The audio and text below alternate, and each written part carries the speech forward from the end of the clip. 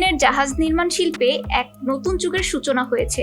চীনের প্রথম দেশীয়ভাবে তৈরি বৃহৎ cruise sheep Adora magic city এখন সমুদ্র পাড়ি দেওয়ার জন্য প্রস্তুত। এই নৌযানটি চীনের ক্রুজ শিপ নির্মাণে স্বনির্ভরতার পথে এক বড় পদক্ষেপ হিসেবে বিবেচিত হচ্ছে।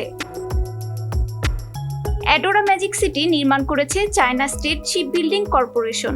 এটি শুধু চীনের প্রযুক্তিগত দক্ষতার প্রতীক নয়, বরং বিশ্বমানের নকশা ও বিলাসিতার দৃষ্টান্ত স্থাপন করেছে।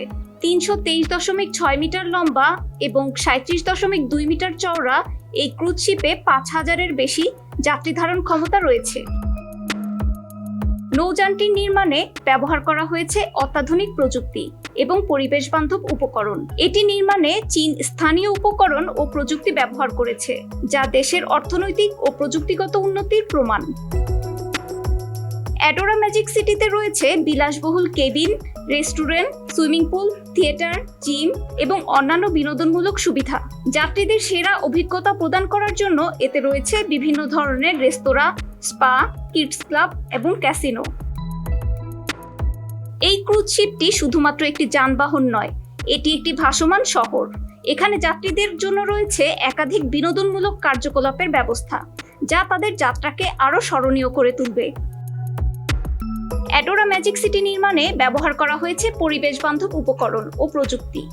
সৌরশক্তি ও বায়ুশক্তি ব্যবহার করে বিদ্যুৎ উৎপাদন করার ব্যবস্থা রয়েছে এতে।